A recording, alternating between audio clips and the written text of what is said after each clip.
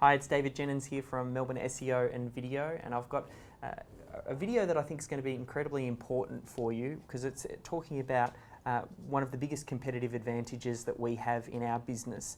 And I'm actually going to get a good friend of mine who's built a business up to 23 million in turnover over the past 2 years with well over 320 staff. Is that about right? 350, I think it is. At the moment, yeah. 350.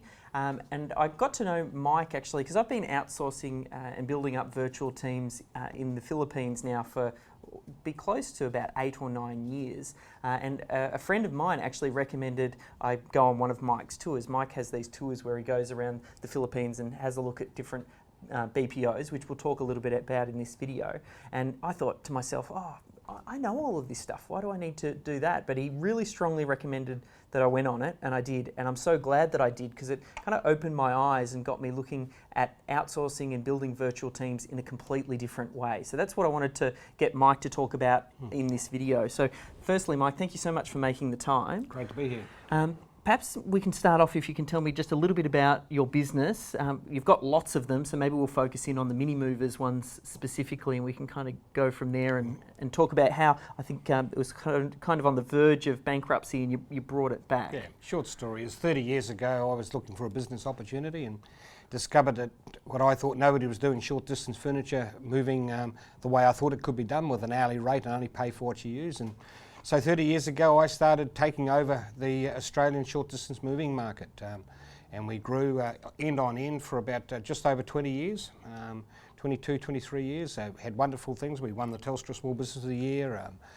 It was a beautiful business, sole prop, just good, highly profitable, and everything was going well. And then when the GFC hit, then we had a big downturn and we got into all sorts of strife, you know. When the GFC hit mini movers, we were moving 1,000 house loads a week in Brisbane. We'd spread through the other major cities and we're growing rapidly down there. And when you've got that share of the market and the market contracts, and it did contract by about 60% in a 2 or 3 month period, it gets pretty evil and things go backwards. And I had corporatised the business at the time. I had a CEO and a non-exec board in place. They did the best they could with what they had. The world had changed a lot on them though, and they kept running fairly slowly trying to study it. And after about 12 months of borrowing money and to prop it up and doing things like that, I decided to take back over the reins and try and save my business, which I did. What were some of the challenges that were going on in the business? Like how was it when it was quite sick at that point in time? Well, when I went back in, there were three problems. One is there had been a massive reduction in the market size, so getting work was a big issue. There was also, and it happened almost at the same time as the GFC, there was a big change in consumer behaviour. In 2007, we spent $1.2 million in the Yellow Pages book. Within a 2 or 3 year period, that money just wasn't working anymore. It all went online, of course. And the third thing was, of course, our staff internally had become very disorientated.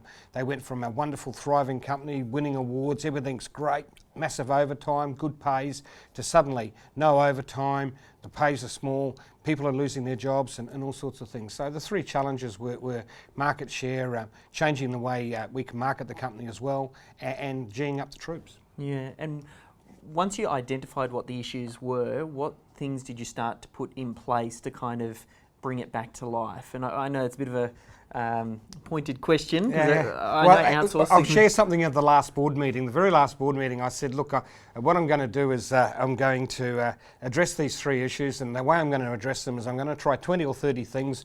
I'm sure of the 20 or 30 things that I try, something's going to work, which was my having a go at the board as it was exiting the company, saying, you guys have been trying one thing at a time, it's been too slow.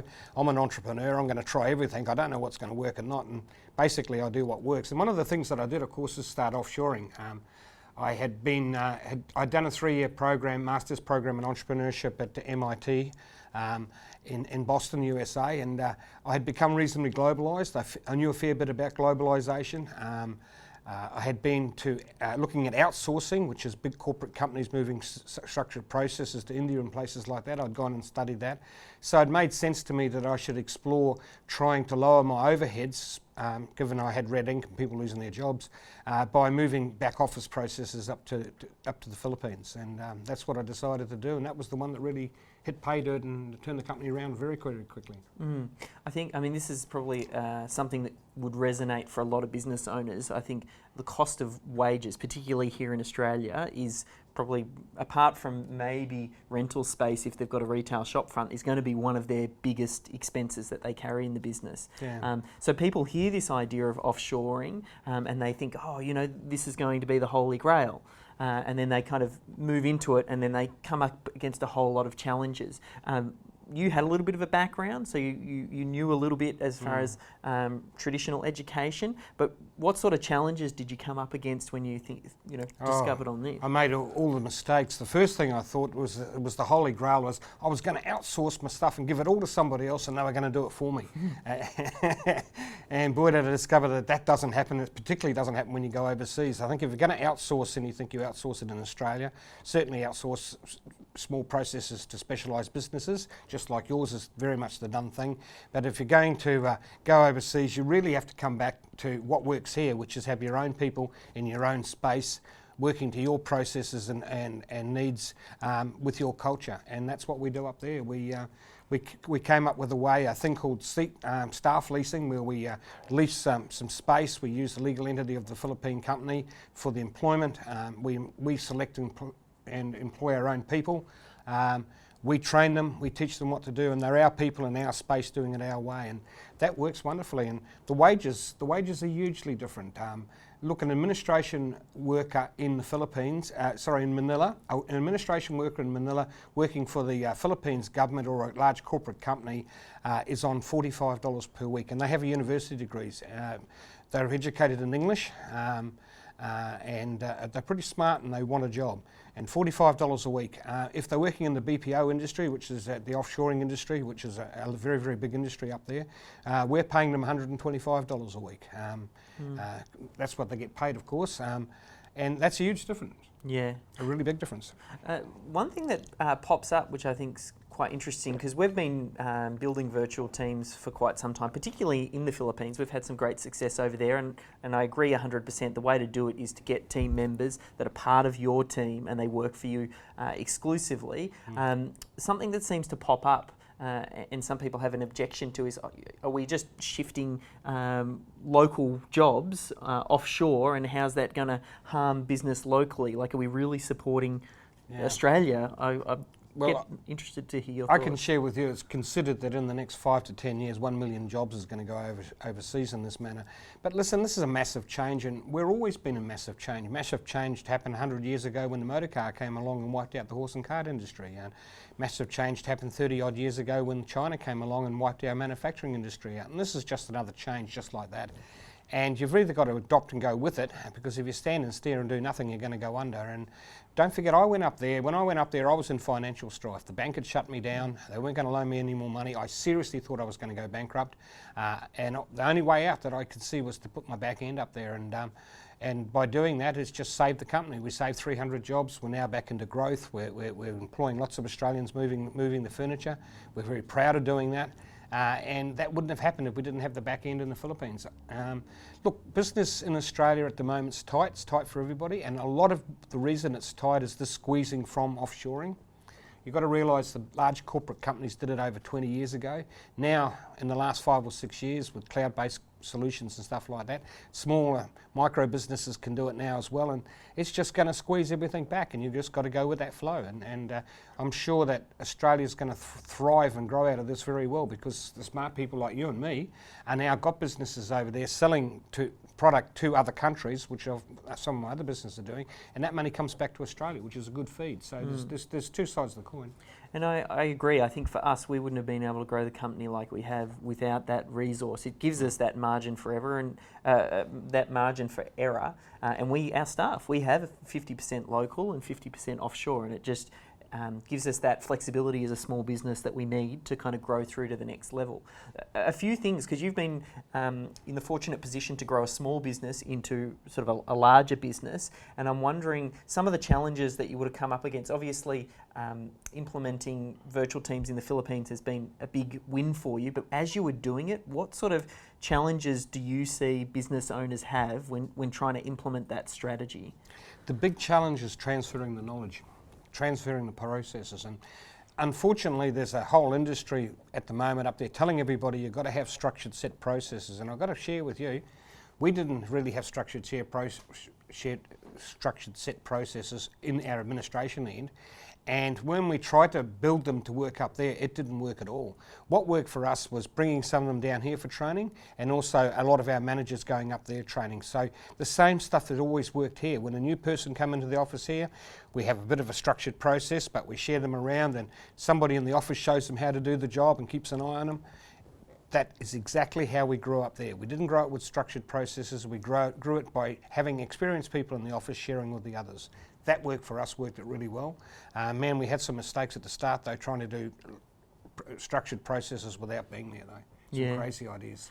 To be clear, when you say, like, I'm imagining there's still some structure there though, like if you get a lead that comes into the business, you've probably got a way that's followed up. Is that, do you have that documented at all? Oh yeah. On the sales side of it, we're very structured in what we do. In fact, we have half a sales team that works on set structured scripts, and the other half of the sales team works on what we call dot points, which is just the whole things they have to talk to the customer while they're having a conversation. So we have two different ways of selling it. We put both those ways up there, and they're both functioning very, very well. Yes, we do have structure and process, but it's not as fixed structure and process as corporate businesses. Corporate businesses, they outsource, and outsource is when you give something to another company and just get the result back. Small, medium can't do that, and that's how outsourcing got a bad name a few years ago, because that doesn't work. What works is everybody sharing. Yes, you do have structure and process, but you still need your experienced people teaching the inexperienced people. That's probably the best way to say the transferring. You've got to transfer the knowledge that way. As far as the businesses, because you've got Mike's Manila's tours where you take business owners over and you have a look at some of the opportunities that are over there. Yep. Where do you see some of the business owners going wrong when they're looking to get started? I think just going on the tour is a great idea to open your eyes to the possibility. But when they're actually getting started, where do they go wrong, and what are some ways that someone can get started on the right track? Yeah, look, it's a matrix of what you want to do. You can still have one or two people up there quite easily, and you can grow it up to a team. You can, when you get big, move out and incorporate. So you need to be in some sort of facility where you can have the freedom to do that. A little bit like Australia, you probably want to keep away from the capital cities and go out more out into the country areas. In Australia, if you're going to put a call centre in, you could if you had a choice of putting it in Newcastle or Sydney, there's a good debate between the two, and the same happens in the Philippines, no different than that. There's lots of structural issues. That's why we invented the tour, because it is such a matrix. It's 3 days of intensive learning, looking at all the different ways of doing it. There's 7 different ways you can engage people up there. And then there's all the culture differences as well. And we try and teach that in the 3 days intensive while we're on tour, while we're moving around, looking at what works and what doesn't work. But the other things I've seen going wrong, the things I see going wrong is getting online here, finding one resource up there, listening to a salesperson who says that they're wonderful. That's probably the most common mistake I see. Hiring people and ignoring them. Just hiring them and not ignoring them. If you don't know the birth dates of your staff, your Filipino staff, you're going to get into trouble, because that's the way they think. You have to understand those things. So hiring them, not doing them, hardly giving them any instruction, and then 3 months later telling them they were terrible is a very, very common thing. So I don't know why people do that. They don't do it here in Australia, so why would you do it differently up there? I think that's a big mindset shift, because people, like you said, they just imagine, oh, this part of my business, I'll handball it to them, they'll handle everything, they'll deliver it perfectly first time with no real direction, and then get frustrated if it doesn't happen. And you wouldn't expect to hire someone locally, even if they came and worked physically in the office with you. There's that period of training them up. It's exactly the same. It's no different in Australia. The problem with a lot of Australians go up there or don't go up there, sorry. They sit back here and they find somebody online, they hire them, they listen to a salesperson that just gives them, that convinces them that they've got the perfect solution when it's not the perfect solution. It really is. And the other thing they do is Australians are very typically try and change their model. They try and, like I said, they think it's all going to get done for them, where it's no different in here. You've got to train them. You've got to encourage them, you've got to motivate them, you've got to connect with them, you've got to build them into a team and get everybody to row in one direction. No different than Australia. You mentioned about having some of your Australian team handling certain tasks and roles, because you've got a team here in Australia and you also have a team over there, and you mentioned about in the Philippines having the back office stuff. Is that where you would recommend people start, or if you were trying to find, well, which parts of my business are going to be best to build offshore? What's your thought process through that? Look, the back office processes are the easiest ones to move. That's what we did first. You need to hire what we call all-rounders, which are just administration girls that know all administration systems and are used to doing that processes. Start with your back office processes. That's the low-hanging fruit. I will confess, I started, and I originally was only going to move my back office processes up there. About 6 months after I started up there, we had another downturn in mini movers. We had another jolt, a financial, and the bank squeezed up a little bit more. So I suddenly moved my sales team up there, and we never looked back. Once we did the sales team, that was amazing. They were highly productive, a lot lower in cost, and that really saved the company. And that's when we really turned things around. Nowadays, I've still got a split. I have 3 call centres altogether, to be honest with you. I've got 1 in Australia and 2 in the Philippines now, and that's a redundancy issue where if something goes wrong, and all 3 of them take little turns of going off air, which for some bizarre reason that happens, more in Australia than anywhere because of the Brisbane storms, but never mind. I've got full redundancy and just picks up the slack, and of course we operate 7 days a week. We start at I think 4 o'clock in the morning and finish at 10 o'clock at night, so 7 days a week, so we're able to rotate that around the 3 call centres quite well. That's quite interesting. I suppose that's one of the last points I wanted to get your thoughts on is outsourcing, like the phones over to the Philippines. Like there is a little bit of stigma there. Did the thought process go through your head? Do I keep that local? Do I handle the back office over there? Is that still a debate that goes on? Yeah, look, if you asked me 5 years ago, I would have sworn on a stack of Bibles there was no way known I'm going to let my customers near a Filipino accent or any overseas accent. There was just no way known I was going to do that. But when you have massive red ink and the bank's shutting you down and you really think you're going to go broke, you kind of get desperate and you'll do anything, and so you do these things and suddenly go, whack, why didn't I do this before? This works brilliantly, absolutely brilliantly, and I've changed a lot. I think when we first started, we've been doing this now for nearly 4 years. When we first started 4 years ago, there was a little bit of a pushback with the accent, but now there's absolutely no pushback at all. We're getting so used to speaking to foreign accents on the phones now. It's a thing. Occasionally somebody pops up and says, I'm taking jobs overseas. Well, I'll be honest with you, I don't see it that way at all. I've seen a lot of Australians lose their jobs before I managed to save their jobs, and now we've got growth back into the company. We're hiring a lot more Australians to fill those spots, so I just don't see it that way. They obviously don't know the whole story, they only know part of the story, so just the way it is. I mean, that for me is one of the key takeaways from this video is there's a very good chance that someone's tried outsourcing or given it a little bit of a go, and for whatever reason they've just thought, nah, that doesn't work, or they've sworn on a stack of Bibles that they're never going to try that again for whatever reason because of their own biases. And I wanted this video, I suppose, to give someone the opportunity to rethink this. Like for us, it has been one of our biggest competitive advantages because a lot of people don't do it. And I think if you get the right processes and procedures in place, if you get comfortable with working in the cloud and having the right tools and software in place, and then if you look at building a team up, as Mike talked about, whether it's in a specific sort of BPO or centre where the team can congregate so they can all get together locally, I think that combination can save a lot of businesses. Absolutely. So if people want to find out a little bit more, I think the tours that you do are fantastic. Where's the best place that they can go to find out a little bit more about that? MikesManilaTours.com, so that's Mike's with an S, Manila, tours with an S.com. And just go in there, it's all there, and fill out the form and we'll get back to you. Look, I'm happy for people to email me directly if you like. My email is mike@o'hagan.com.au, that's M-I-K-E, at O'Hagan, OHAGAN.com.au. I'm more than happy to talk to anybody about it. It's saved my company, it opened my eyes, and now I'm teaching others to do it. I think it's the future of Australia, I think it's the future of business. I think if you don't get involved in this, you're going to get left behind, so that's the way to go. Yeah.